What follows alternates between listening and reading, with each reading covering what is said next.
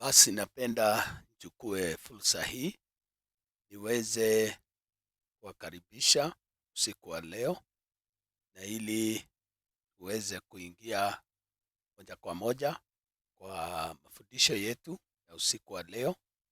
Na kwa hivyo itakuwa ni vizuri tukianza kwa maombi, baadaye tupate kuendelea katika jina la Yesu. Na tuombe. Takatifu na Baba wetu, kwa jina la Yesu Kristo, twaja mbele zako, tunakutukuza, tunakuinua. Wewe ni mwema, wewe ni Mungu wetu, wewe umetulinda, umetuhifadhi, umetusaidia. Tunapenda kukushukuru kwa sababu kwa hakika umekuwa pamoja nasi mchana kutwa. Tunashukuru jina lako kwa sababu ya wema wako na fadhili zako. Bwana, umetusaidia katika kila shughuli, katika kila jambo, na Bwana umekuwa pamoja nasi. Tunapoingia na kuanza masomo yetu ya usiku wa leo, tunaomba ya kwamba uwe pamoja nasi na utuongoze kwa kila jambo. Bariki yeyote atakayejiunga nasi tutakapokuwa tukiendelea, na hivyo tunaomba mwanzo mwema na hadi mwisho tuamini ya kwamba utakuwa nasi. Kwa jina la Yesu Kristo tunaomba hata tunakushukuru. Amen. Basi ni nafasi nyingine ya kuweza kuendelea na mkutano wetu ama ibada yetu ya usiku wa leo, na somo letu ambalo tunaendelea kuliangalia ama kulitazama ni ile hali ya kusifu na kuabudu.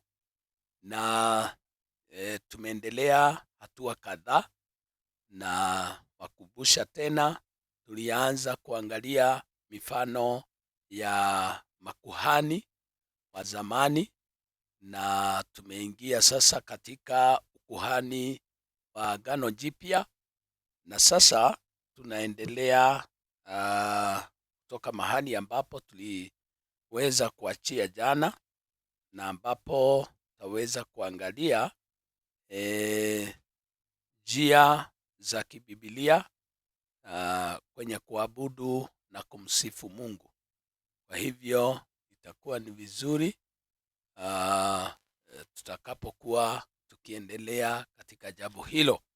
Kwa hivyo kunazo njia kadhaa, na tunaweza kueleza kabla hatujaingia katika njia hizo.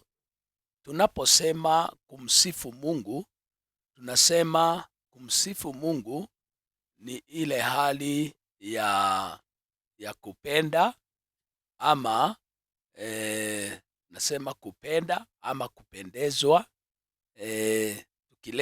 Tukijaribu kuleta tafsiri ya kusifu, tunamsifu Mungu kwa sababu tunampenda na tunapendezwa na yeye, na kwa hivyo kila mara ulimi wetu utakuwa na ile hali ya kumsifu kwa sababu tunampenda. Huwezi kumsifu yule ambaye humpendi na yule ambaye hakupendezi.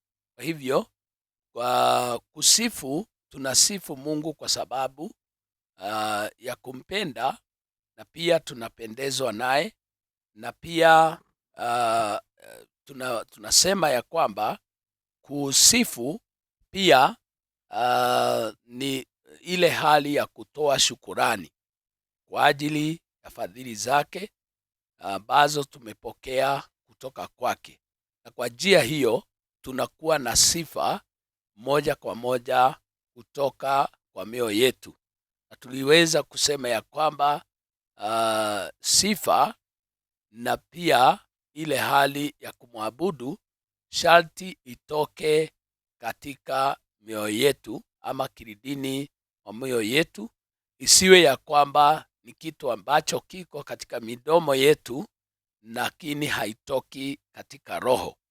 Na tunapoingia katika ile hali ya kumwabudu, na ingawa tutaishughulikia baadaye, lakini maana sasa tumeanza na sehemu hii ya kusifu. Tumekuwa hata jana tuliweza kuguzia sana habari ya sifa na vile ambavyo inafaa kumsifu Mungu wetu, ni wapi tunafaa kumsifu, ni kina nani wanamsifu na mambo hayo yote. Sasa leo tuangalie ni njia gani hizi za kibibilia za kumsifu Mungu, hasa tunapotumia midomo yetu. Kuna mambo ambayo tunaweza kuangalia, na pia kuna mambo ambayo tunaweza kuangalia tunapotumia mwili wetu. Ni mambo gani ambayo tunafanya kudhihirisha ya kwamba tunasifu Mungu wetu? Na kwa hivyo jambo la kwanza tutaangalia njia mojawapo ya zile ambazo tunatumia tunapotumia midomo yetu, na tuone katika Zaburi 26 na mstari wa 7. Zaburi, Psalms 26 verse 7.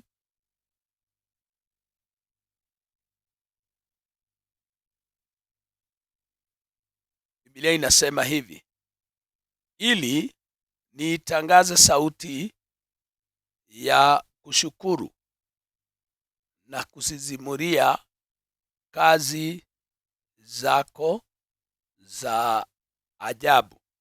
Kwa hivyo tunamsifu Mungu kwa kutumia sauti. Kwa hivyo utakuta ya kwamba tunapo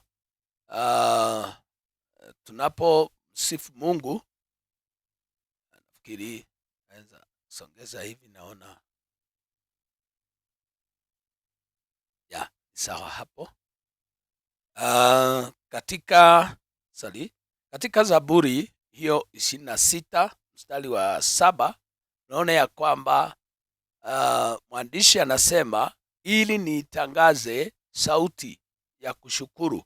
Kwa hivyo katika sifa ama katika ile hali ya kusifu, lazima tutoe sauti zetu. Na pia tukisoma katika Zaburi 42 mstari wa 4 ilisema ya kwamba tutatumia zaburi sana. Psalms 42 verse 4, Psalms 42 verse 4 inasema hivi: na yakumbuka hayo nikiweka wazi nafsi yangu ndani yangu, jinsi nilivyokuwa nikienda na mkutano na kuwaongoza nyumbani kwa Mungu kwa sauti ya furaha na kusifu mkutano wa sikukuu. Na kwa hivyo bado tunaendelea kuona vile tunavyohitajika kutoa sauti zetu na kusifu Mungu. Kwa hivyo huwezi kumsifu Mungu kimoyomoyo, lazima utoe sauti, na ili uweze kusikika, watu waweze kusikia unatoa sauti, na ile sauti ni ile ya kumsifu Mungu wetu na mambo kama hayo. Pia katika Psalms 71 verse 23, Zaburi 71, Zaburi 71 na mstari wa 23 nasema hivi: midomo yangu itafurahi sana nikuimbiapo, na nafsi yangu ulioikomboa. 24, ulimi wangu nao utasimulia haki yako mchana kutwa, kwa maana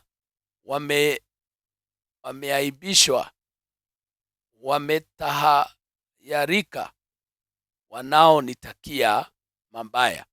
Kwa hivyo mwandishi wa Zaburi anasema vile atakavyotumia mdomo wake, vile atakavyotumia ulimi wake kumsifu Mungu. Kwa hivyo tunatoa sauti, tunatumia midomo yetu, tunatumia hata e, e, ulimi wetu na ili tumsifu Mungu wetu. Jambo la pili, Mungu anahitaji kitu ambacho tunaita kelele. Katika sehemu ile pia ya kumsifu na kutoa sauti mbele za Bwana, pamoja na hayo Mungu wetu anahitaji kelele. Na wakati mwingine watu wanashindwa, mbona tunaonekana kwamba tunapiga makelele mbele za Bwana. Katika Zaburi ya 47 mstari wa kwanza, Psalms 47 verse 1, inasema hivi: enyi watu wote, pigeni makofi, pigieni Mungu kelele kwa sauti ya shangwe. Kwa hivyo kuna wakati Mungu anahitaji kelele.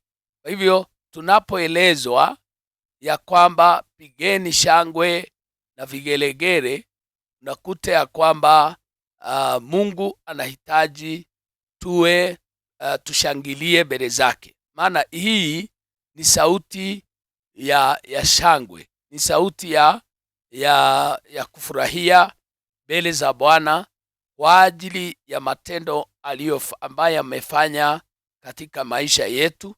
Ni kwa sababu tunapendezwa naye.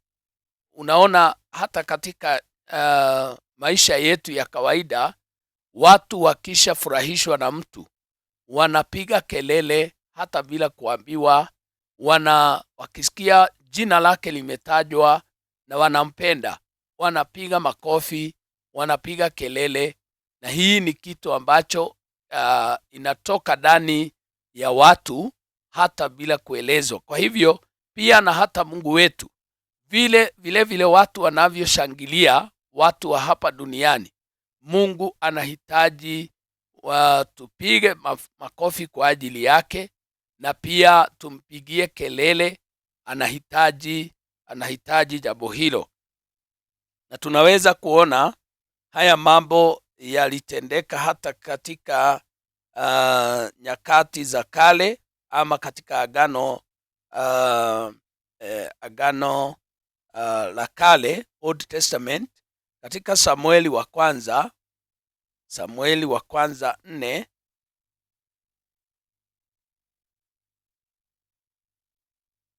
Samueli wa kwanza 4 na mstari wa 5, naona ya kwamba na sanduku la agano, 1 Samuel chapter 4 verse 5, na sanduku la agano la Bwana lilipoingia kabini, Israeli wote wakapiga kelele kwa sauti kuu, hata nchi ikavuma. Unaona ya kwamba hii kelele, nilikuwa najaribu kufikiria ilikuwa ni kelele ya namna gani? Watu wanapiga kelele. Unajua hii jina kuvuma, hebu leta kwa tafsiri nyingine ama kwa Kiingereza. Biblia inasema, and when the ark of the covenant of the Lord came into the camp, all Israel shouted so loudly that the earth shook. Kwa hivyo nchi ilitetema. Ni kelele ya watu, hakuna kitu kimepigwa, lakini ni kelele tu ya watu. Kwa hivyo na hata wale maadui zao walisikia wakiwa katika kambi yao, wakashindwa ni nini hiyo imetendeka katika kambi ya wana wa Israeli. Kwa hivyo kelele hiyo ya kishindo, na ni kelele ya shangwe, Mungu anaipenda. Wakati watu wanamsifu, wanafika kiwango fulani, wanapiga kelele mbele zake kwa ajili ya furaha yake. Mungu anapendezwa na mambo hayo. Katika Zaburi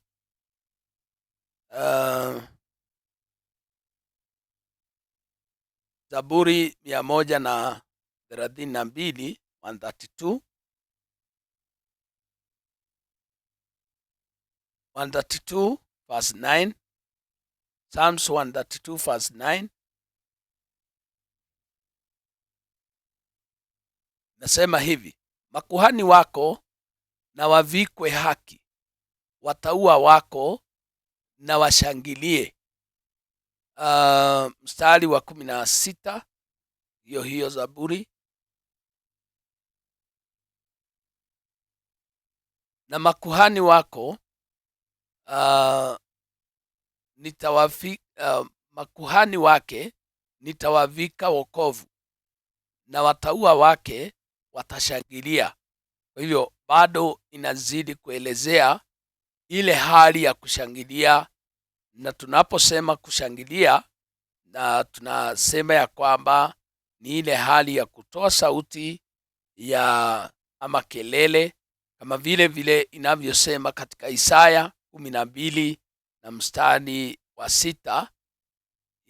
Isaiah, the book of Isaiah 12 verse 6.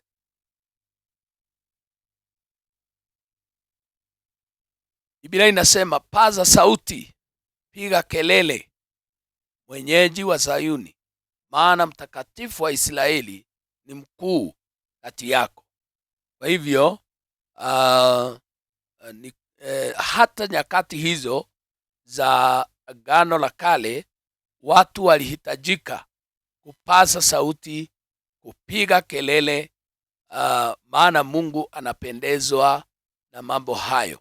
Yeye ni mkuu, na ndiposa anahitaji kelele hizo za shangwe, tumfurahie mbele zake, na anapendezwa na jambo hilo. Na hii ni jambo, ni sehemu ingine ya kumsifu Mungu. Najua tumetaja tu baadhi ya vifungu fulani. Kuna vifungu vingine unaweza kusoma hata katika Zaburi 5 na mstari wa 11. Sema Zaburi 5 mstari wa 11, ile inasema, nao wote wanao ukimbilia watafurahi, watapiga daima kelele za furaha, kwa kuwa wewe una wahifadhi. Walipendao jina lako watakufurahia. Kwa hivyo unakuta ya kwamba ilikuwa ni desturi, ama watu walitakiwa kuiga hii sehemu ya kupiga kelele mbele za Bwana. Wanashangilia, wanafurahia, na kwa sababu tunasema kusifu, tunasifu kwa sababu tunampenda na pia anatupendeza tunaye msifu. Ndiposa tuwe na hali hiyo. Na pia katika nyakati za Musa unakuta ya kwamba kuna jambo lilitendeka, mambo ya Lawi, Leviticus chapter 9 verse 23, mambo ya Lawi 9 na mstari wa 23.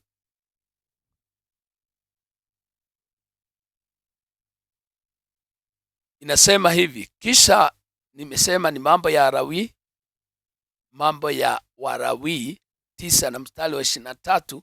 Kisha Musa na Haruni wakaingia ndani ya hema ya kukutania, kisha wakatoka nje na kuwabarikia watu, na huo utukufu wa Bwana ukawatokea watu wote. 24. Kisha moto ukatoka hapo mbele za Bwana na kuiteketeza sadaka ya kuteketezwa na yale mafuta juu ya madhabahu. Watu wote walipouona huo moto wakapiga kelele, wakainama kifudifudi. Kwa hivyo ni desturi ya watu wa Mungu kushangilia, kupiga kelele kwa sababu ya Bwana. Na kwa hivyo jambo hilo tunaona kwamba ni sehemu ni sehemu ya kusifu. Jambo la tatu ambalo tunafanya kwa midomo yetu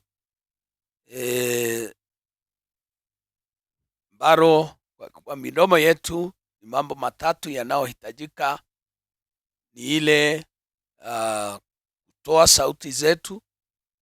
Nimesema ya kwamba hatutanyamaza kutoa sauti, na pia ni ile hali ya kupiga kelele. Na sasa kuna sehemu ya tatu katika Zaburi 100 na mstari wa 2. Zaburi 100 na mstari wa 2, 100 and verse 2 inasema, mtumikieni Bwana kwa furaha, njooni mbele zake kwa kuimba. Kwa hivyo jambo lingine ni sasa nyimbo pamoja na kumsifu. Ile hali ya kuongea na kusifu, kulisifu jina lake, na tena kupiga kelele, tena kuna kuimba. Kunazo nyimbo ambazo ziko za kumsifu Mungu. Sasa hii ni hali ya kuimba. Mungu anahitaji watu wanaokuja mbele zake wanaimba, na tunajua ya kwamba haya mambo yanatendeka hata katika dunia tunamoishi.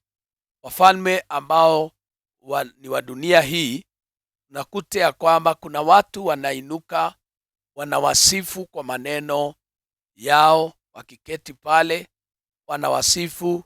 Baadaye kuna vikundi fulani vimeandaliwa vya kusifu. Nyimbo zinatungwa za kusifu yule kiongozi. Mambo haya yameshatendeka ama huwa inaendelea, na yule kiongozi anaposikia maneno yale yanayotamkwa kumhusu anafurahia sana. Sasa wakati atakaposimama, unakuta ya kwamba kuna mambo itakaomsukuma kusema mambo fulani kwa sababu ya ile furaha aliyo nayo. Nasi kwetu, ingawa wakati mwingine wengine wanadanganywa, lakini kwetu sisi inafaa kumsifu Mungu wetu kutoka kwa mioyo yetu, tukiwa na ukweli kabisa. Zile matendo ambayo ametenda ni matendo ya ajabu kwetu, na hakika tunakosa hata maneno ya kumweleza vile alivyo mwema. Tunaimba nyimbo, tunamweleza maneno hayo, tunaeleza watu wengine vile Mungu amefanya, tunamsifu, na hakika watu wanapendezwa na huyu Mungu, na wanaona ya kwamba heri kumfuata Mungu kama huyu, kwa sababu jinsi ambavyo anavyosifiwa, vile alivyo mwema, vile anavyoweza kutenda na mambo kama hayo. Na watu wanaposikia hayo, hata pia nao wanaweza kujiunga nasi na kumsifu. Kwa hivyo tuko katika sehemu hii ya kuimba, na tunaona ya kwamba katika Kutoka, Exodus chapter 15 verse 21, wale wana wa Israeli walipovukishwa ile bahari ya Shamu, Biblia inasema ya kwamba waliona kabla hawajaenda hatua hata moja katika safari yao, waliona ni vema kuwa na nafasi ya kumsifu Mungu. Pale Biblia inasema Kutoka 15 na mstari wa 21, Miriamu akawaitikia, mwimbieni Bwana, kwa maana ametukuka sana. Farasi na mpanda farasi amewatupa baharini. 22.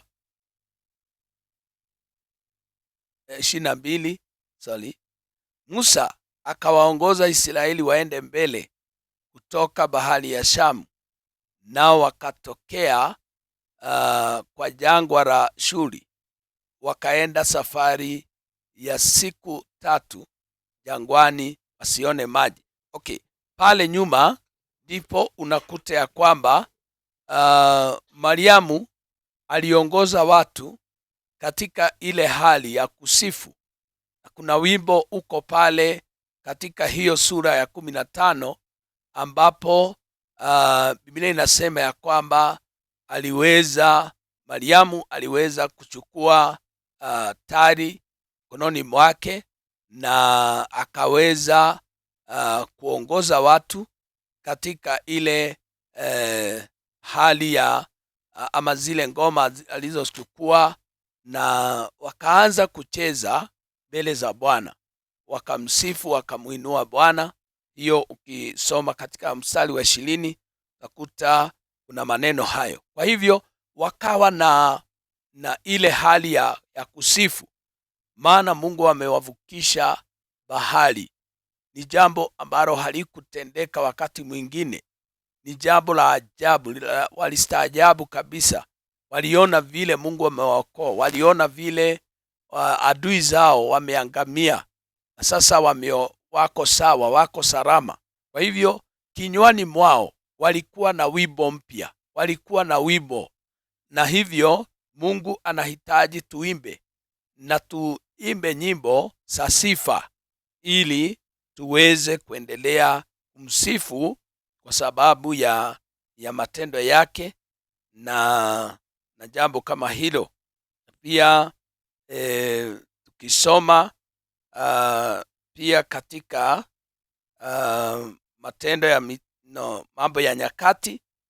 Mambo ya Nyakati wa Pili 29 mstari wa 30. 2 Chronicles chapter 29 verse 30.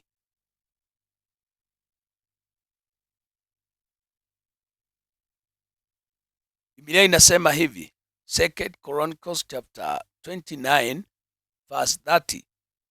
Tena Hezekia mfalme na wakuu wakawaamuru Walawi wamwimbie Bwana sifa kwa maneno ya Daudi na ya Asafu mwonaji. Wakaimba sifa kwa furaha, wakainama vichwa, wakaabudu. Hapa tunaona ya kwamba walichanganya sifa na hata baada ya sifa wakaabudu Mungu. Kwa hivyo unakuta ya kwamba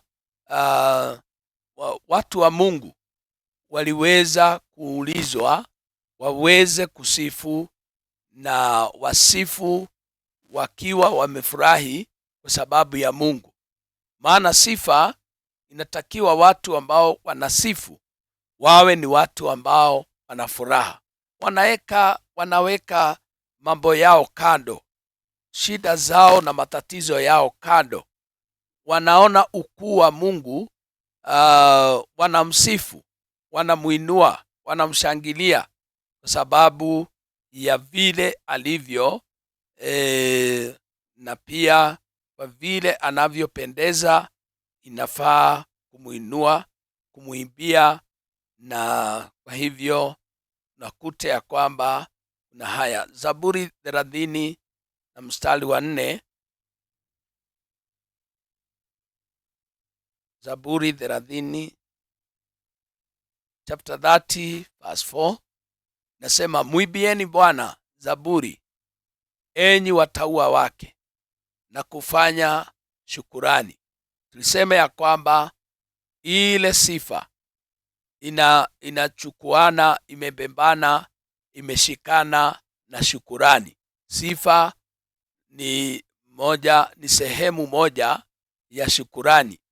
Kwa hivyo tunamsifu Mungu kwa ajili ya matendo yake, lakini tunapokuja katika hali ya kuabudu, tunamwabudu Mungu kwa sababu ya vile alivyo automatically, si kwa sababu ya yale ambayo ametenda, bali tunamwabudu kwa sababu ya vile alivyo.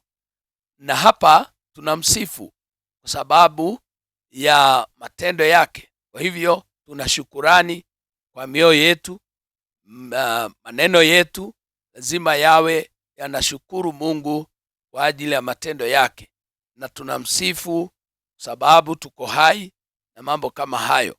Sasa Zaburi 30 inasema, muibieni Bwana zaburi, enyi watauwa wake, na kufanya shukurani kwa kumbukumbu la utakatifu wake.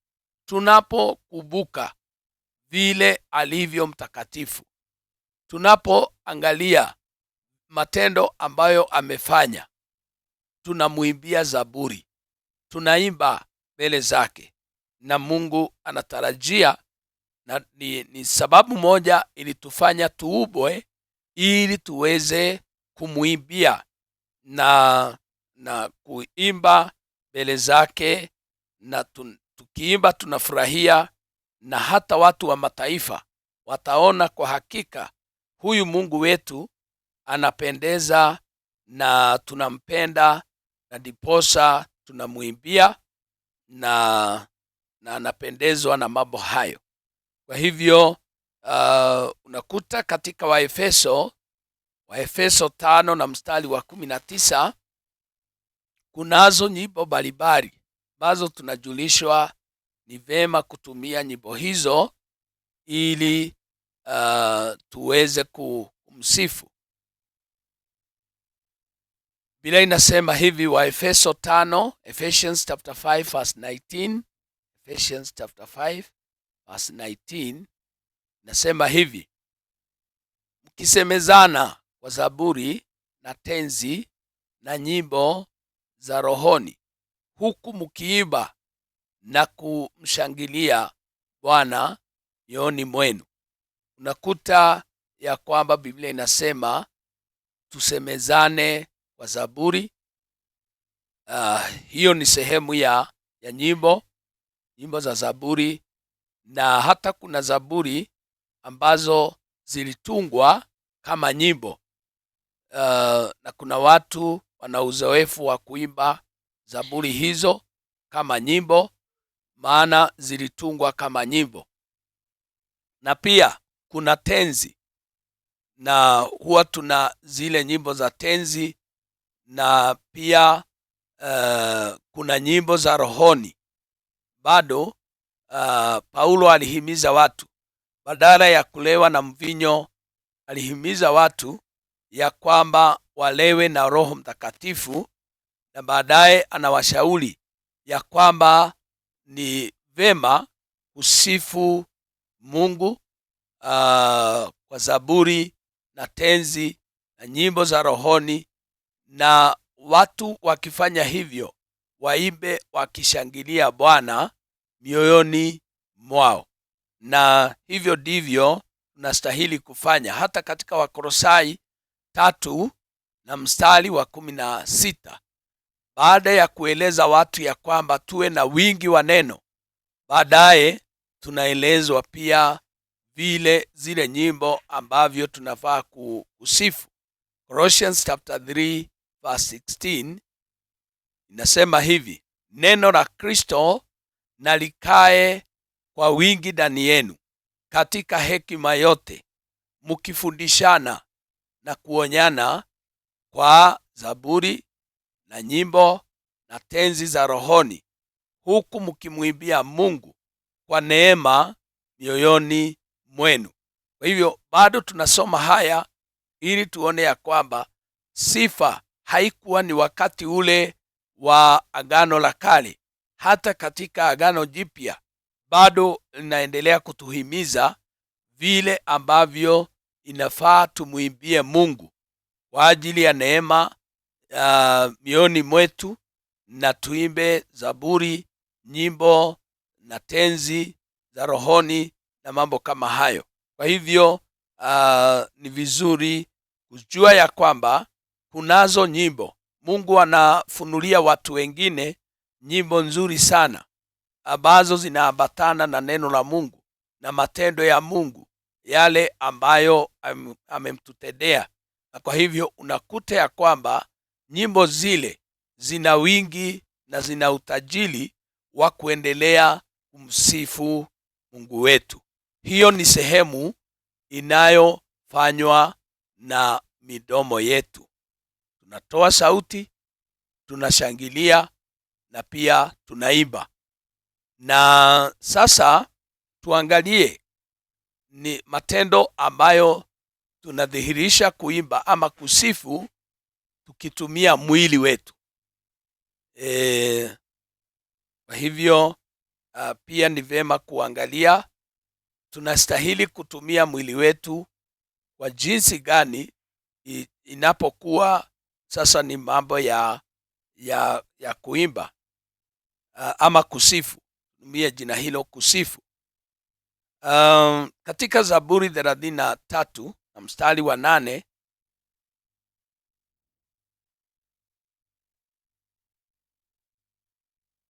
Psalms 33 verse 8 inasema hivi: nchi yote na imwogope Bwana, wote wakao duniani na wamche. Tuendelee, tusome katika Zaburi 134 mstari wa 1.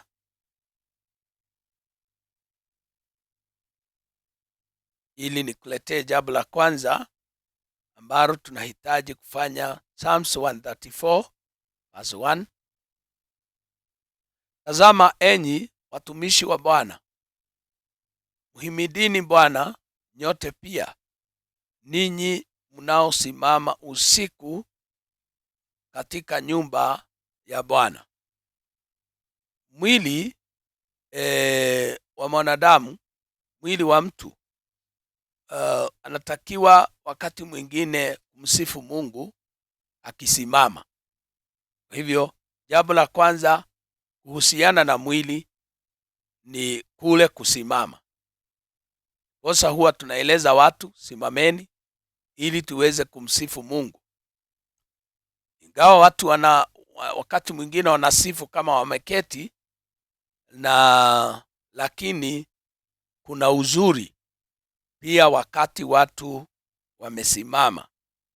Na hata ukisoma katika Zaburi 135 na pale mstari wa kwanza 135 verse 1, inasema hivi: haleluya, lisifuni jina la Bwana, enyi watumishi wa Bwana, sifuni. Mstari wa pili, ninyi msimamao nyumbani mwa Bwana, juani mwa nyumba ya Mungu wenu. Kwa hivyo tunaona kuna watu wanaweza kusimama mbele za Bwana na waweze kuwa na ile hali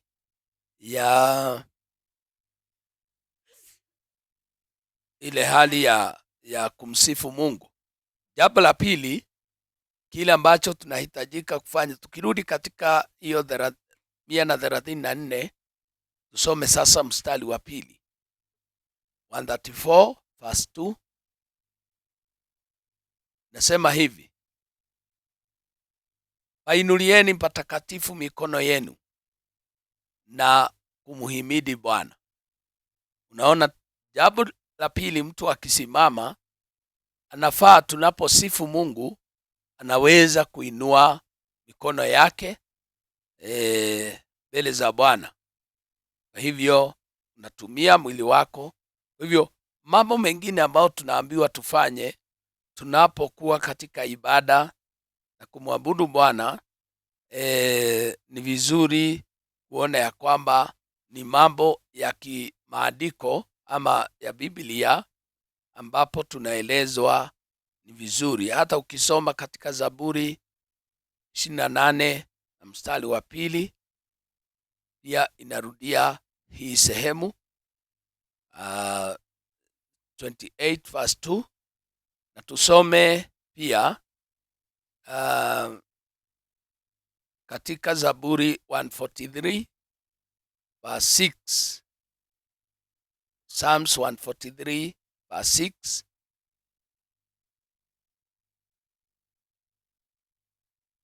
Ya inasema hivyo na kunyoshea, inasema hivi: na kunyoshea mikono yangu, nafsi yangu inakuonea kiu kama nchi kame.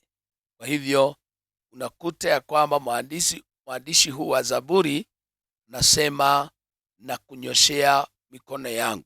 Tunanyosha mikono wakati tunamsifu Mungu. Jambo la tatu ambalo tunahitajika kufanya katika napotumia mili yetu, tunapomsifu Mungu wetu, ni ile tulisoma katika Zaburi 47 pale mstari wa kwanza. Kuna mambo tuliona. Psalms 47 verse 1 inasema, enyi watu wote pigeni makofi. Kwa hivyo unakuta ya kwamba pia tunapiga makofi. Kumbuka tumesema tunasimama, na pili tunainua mikono yetu, na pia tunaweza kupiga makofi yetu tunapoendelea kumsifu Mungu wetu.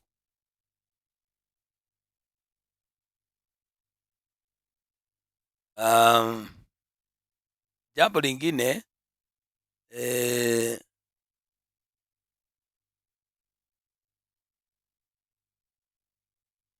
ni ile hali ya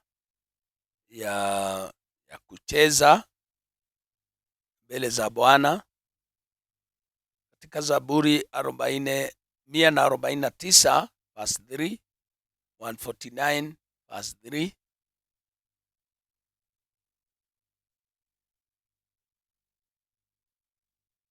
inasema, na walisifu jina lake kwa kucheza, kwa matali na kinumbi wamwimbie. Kwa hivyo unakuta ya kwamba ile kucheza ndio tunasema kudance. Unakuta ya kwamba pia inakubalika tunapomsifu Mungu wetu.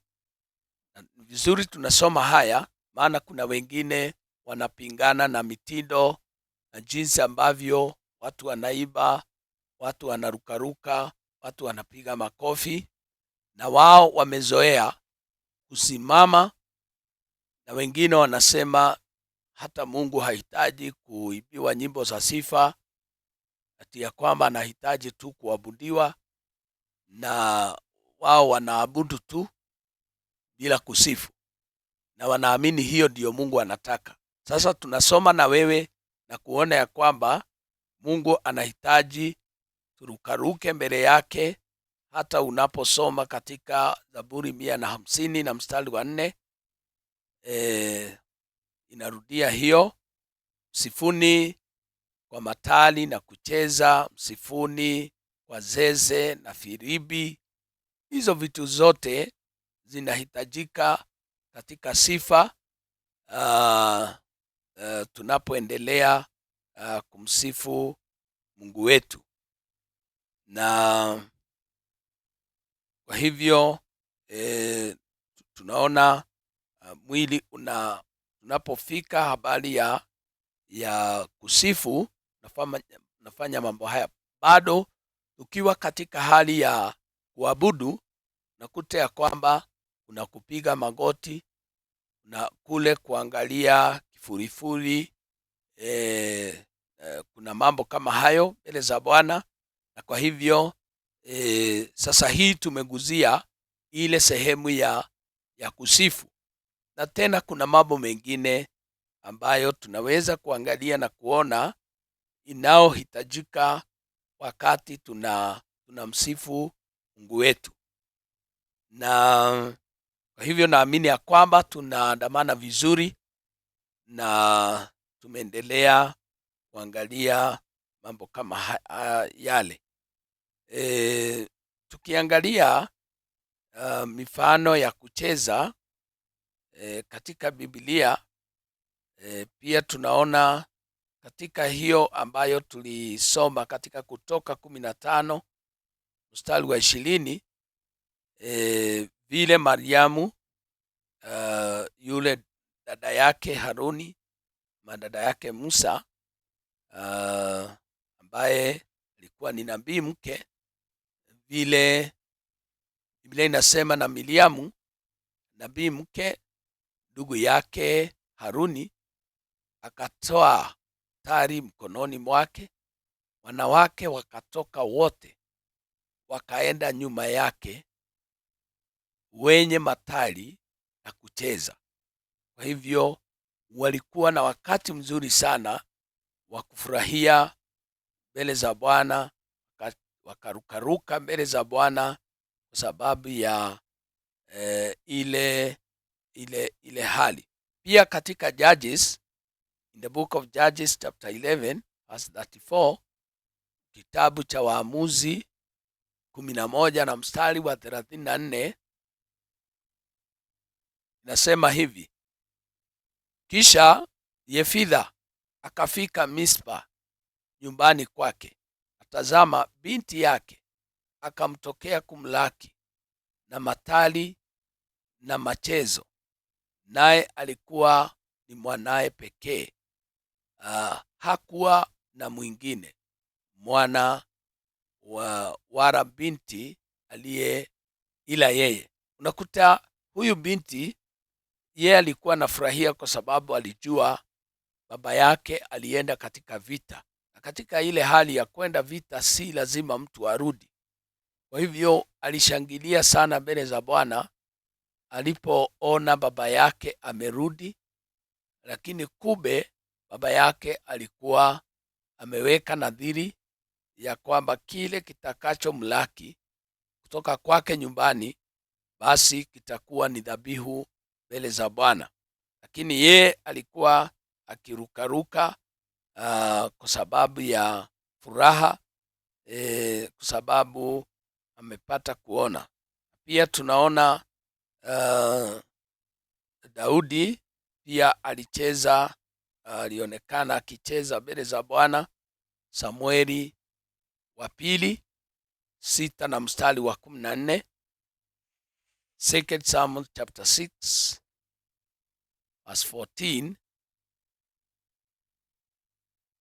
Samueli wa pili 6 na mstari wa 14. Daudi akacheza mbele za Bwana kwa nguvu zake zote, na Daudi alikuwa amevaa naivela ya kitani. Basi Daudi na nyumba yote ya Israeli wakalileta sanduku la Bwana kwa shangwe na kwa sauti ya tarumbeta. Kwa hivyo unakuta ya kwamba Daudi alicheza kwa nguvu yake yote. Kwa hivyo ni hakika alikuwa ametumia mwili wake rukaruka mbele za Bwana sababu ya kushangilia lile sanduku la Bwana, na Biblia inasema aliluka, alicheza akitumia nguvu yake yote. Ingawa jambo hili mke wake hakufurahia, kwa sababu aliona huyu ni mfalme na mambo haya ambayo wamefanya mbele ya watu kana kwamba haifai. Tunapomsifu Mungu tunaweka cheo chini, tunamsifu Mungu maana tunajua ni nani tunayemsifu, na kwa hivyo hata Mungu wetu anafurahia. Jambo hili Daudi alilolifanya lilimfurahisha Mungu sana sana. Kwa hivyo ni vizuri kuelewa ya kwamba Mungu anahitaji watu watakao msifu katika maisha yao, na itakuwa ni vizuri kuelewa hayo. Nafikiri ya kwamba Nitaweza kukomea hapo. Ama neno la mwisho tusome katika Zaburi, sijui kama tulikuwa tumesoma hiyo 126 na mstari wa 3. Tufungie pale kwa leo. Inasema hivi: Bwana alitutendea mambo makuu, tulikuwa tukifurahi.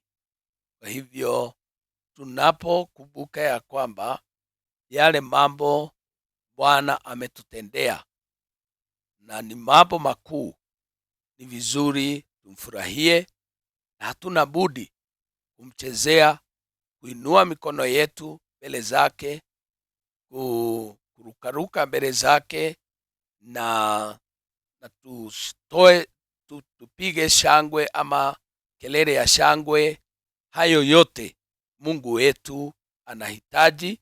Na kwa hivyo hata usiku wa leo tunapoenda kulala, ni vizuri unapopata nafasi muinue Bwana, tukuze Bwana.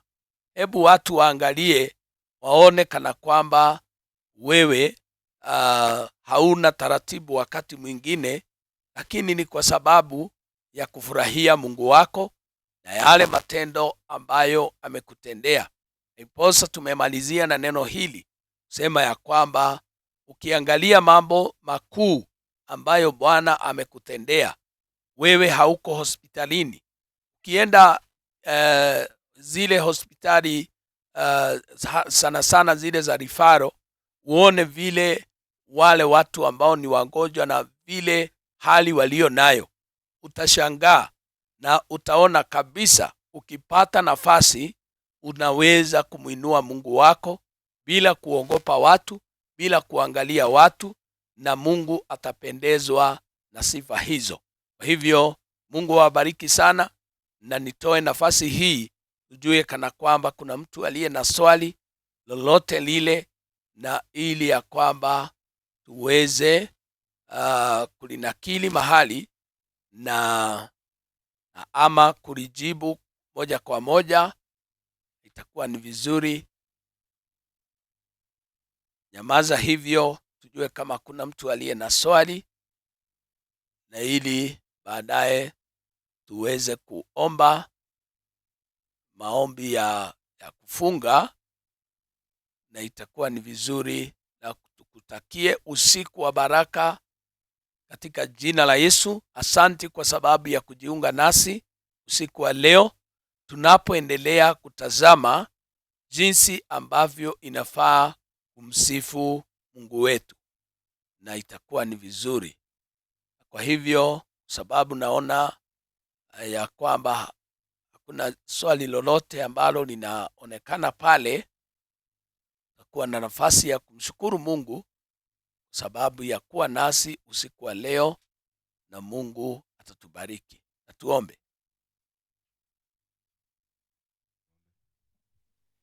Mtakatifu wa mbinguni, tunalitukuza jina lako, tunakusifu kwa ajili wewe ni mwema, kwa jina takatifu la Kristo Yesu. Ni asante kwa ulinzi wako, ni asante kwa maana Bwana umekuwa mwaminifu, umeyalinda maisha yetu, na hivyo tunalitukuza jina lako. Tunasema uinuliwe Bwana, tukushangilia, maana hakuna mwingine aliye kama wewe.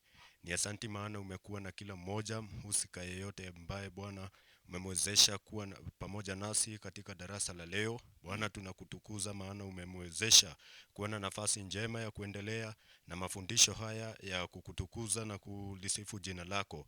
Kwa jina takatifu la Kristo Yesu tunakushukuru.